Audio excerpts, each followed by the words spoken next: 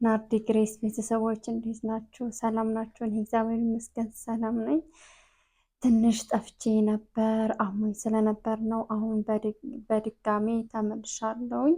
ለየት ባለ ቪዲዮ እና አዲስ ርዕስ በሆነ ለእህቶቼ ይጠቅማል ያልኩትን መልእክት ይዤላችሁ መጥቻለሁ። እናንተም በማዳመጥ ለእህቶቻችሁ፣ ለጓደኞቻችሁ ሼር፣ ላይክ፣ ሰብስክራይብ በማድረግ አጋሩልኝ። አብራችሁን ቆዩ እስከ መጨረሻው። ዛሬ ይዤላችሁ የመጣሁት ርዕስ ምንድን ነው? እህቶቼ ወደ ሀረብ ሀገር የምትሄዱ በተለይ በአዳዲሶቹ ላይ ነው ብዙ ጊዜ የምሰራው። ምክንያቱም እዛ ሆኜ አዲሶች ሲመጡ ምን አይነት ነገር እንደሚገጥማቸው፣ ምን አይነት ፈተና እንደሚያሳልፉ፣ ምን አይነት ስቃይ እንደሚደርስባቸውን ሳስብ ቢያንስ ይህንን ሰምተው ከጊዜ ወደ ጊዜ እነሱ መዳን የሚችሉበት እና ለሌሎች ማጋራት መድረስ የሚችሉበት መልእክት ነው ማለት ነው። እና በመቀጠል ወደ ሀሳቤ ስገባላችሁ ምንድን ነው አዳዲስ በተለይ ያው ከሰዎች ማህበራዊ ህይወት እንደዚህ ተደባልቃችሁ የማታውቁ ከቤት ወጥታችሁ የማታውቁ ልጆች እዛ ስትሄዱ ትፈራላችሁ እና ይሄንን ፍርሃታችሁን ማስወገድ አለባችሁ ማለት ነው። አሁን እነሱ አረቦች ምንድን ነው በባህሪያቸው ይቆጣሉ። በቃ ይቆጣሉ ስላችሁ ይጮሃሉ። የሆነ ነገር እኛ በስራ ካናደድናቸው ወይንም እርስ በራሳቸው ሲጨቃጨቁ ከተናደዱ ወይ ከሌላ ሰው ጋር ከተናደዱ እኛ ላይ ነው የሚጮህ፣ ሰራተኛ ላይ ነው ለመወጣት የሚፈልጉት። በዛ ጊዜ እኛ በጣም እንደናገጣለን፣ ሀበሾች ማለት ነው። ከዛ ባባም ሲጮህ መደናገጥ፣ በቃ የሆነ ምንድነው ብርግግ የማለት አይነት ስሜት፣ ከዛ በዛ መሀል መጨነቅ፣ ማልቀስ፣ ብዙ ነገር ማሰብ፣ ይሄ በጣም እኛን ይጎዳናል ማለት ነው። እና ባህሪያቸውን ካወቅኑ በእርግጥ ቶሎ ባህሪያቸውን አናውቀውም፣ ግን ይሄን ጩኸታቸውን መልመድ አለብን ማለት ነው። እና ቀስ በቀስ እየኖርናቸው ስንመጣ ነው የእነሱን ባህሪ ማወቅ የምንችለው። ግን ጩኸታቸውን ብዙ ጊዜ አያስወግዱም። ይሄ በቃ የሁሉም የአረቦች ባህሪ ነው ብዬ ነው የማስበው።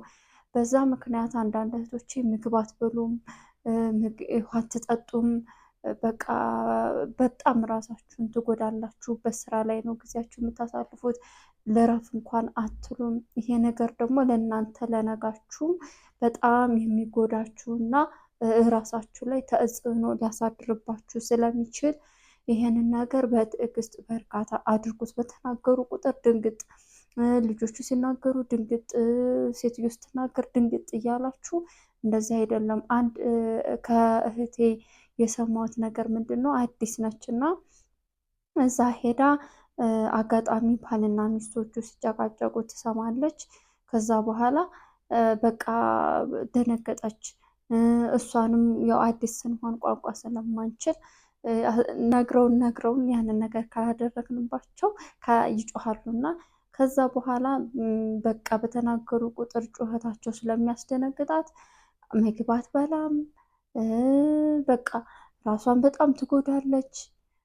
እንደዚህ ያሉት ተግባራቶችን ቢያንስ እዛ ከቆዩ እህቶቻችን ብንማር፣ በያዝነው ስልካችን ላይ የተለያዩ መረጃዎችን ብንወስድ ለእኛ ይጠቅመናል ማለት ነው።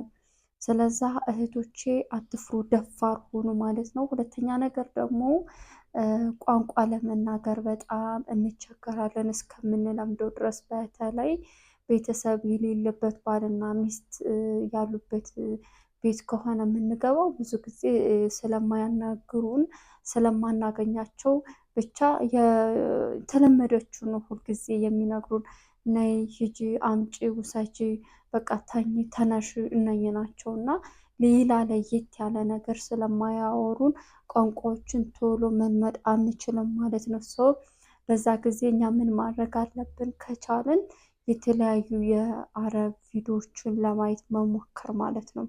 እነሱ ማድረግ አለብን። ሁለተኛ ነገር ደግሞ ከኛ በፊት ቀድሞ የገቡ እህቶቻችን እነሱን መጠየቅ። ምን አድርገን እንጠይቃቸዋለን መሰላችሁ? እነሱ የሚናገሯችሁ የማይገባችሁን ቃል ጻፉት። ከጻፋችሁት ወደዛ በቃ እህቶቻችሁን ጠይቁ።